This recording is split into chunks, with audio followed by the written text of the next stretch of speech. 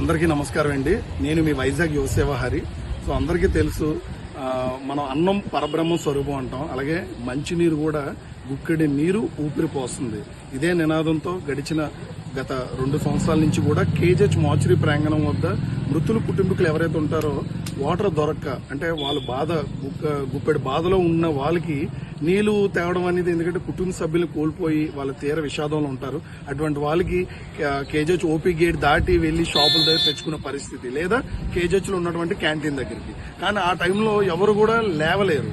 అలాంటి వాళ్ళకి ఇక్కడ దగ్గరలో మంచినీళ్ళు ఉండాలని చెప్పి ఒక చిన్న ఆలోచన చలివేంద్రం అని ఒక కుండ తెచ్చి ఇక్కడ యువసేవ తరపు నుంచి చలివేంద్రం ఏర్పాటు చేయడం జరిగింది.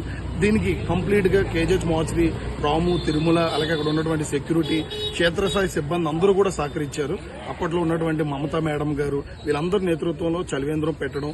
సో అదే ప్రక్రియనంతా కూడా తీసుకెళ్లి కేజెచ్ సూపరింటెండెంట్ గారికి విన్నవించుకున్నగానే తక్షణమే స్పందించి ఇక్కడ ఒక వాటర్ ప్లాంట్ అనేది ఉండాలని చెప్పి దివ్యస్ యాజమాన్యం, అలాగే స్థానిక ఎమ్మెల్యే అయినటువంటి వంశీకృష్ణ శ్రీనివాస్ గారికి ఇదంతా కూడా స్ప్రెడ్ చేసి, సో ఇంత మంది సహకారంతో ఈరోజు మార్చురీ వద్ద వాటర్ ప్లాంట్ రావడం అనేది చాలా హ్యాపీగా ఉందండి. అంటే ఒక మట్టి కుండ ఇంత యంత్రాంగాన్ని కదిలించి ఈరోజు ప్రజల సౌకర్యార్థం పేద ప్రజలు ఎవరైతే ఉన్నారో వాళ్ళ దాహాన్ని తీర్చడానికి వాటర్ ప్లాంట్ ఎంతో దోహదపడుతుంది. ఇంక వచ్చే ఎండాకాలంలో గానీ, ఎండాకాలం వర్షాకాలం అని కాదు, దాహంలో ఉన్నటువంటి వాడి గొంతు తడపడానికి ఈ నీరు ఎంతోగానో ఉపయోగపడుతుందని చెప్పి మీ అందరి శ్రేయోభిలాషగా కోరుకుంటూ జై హింద్.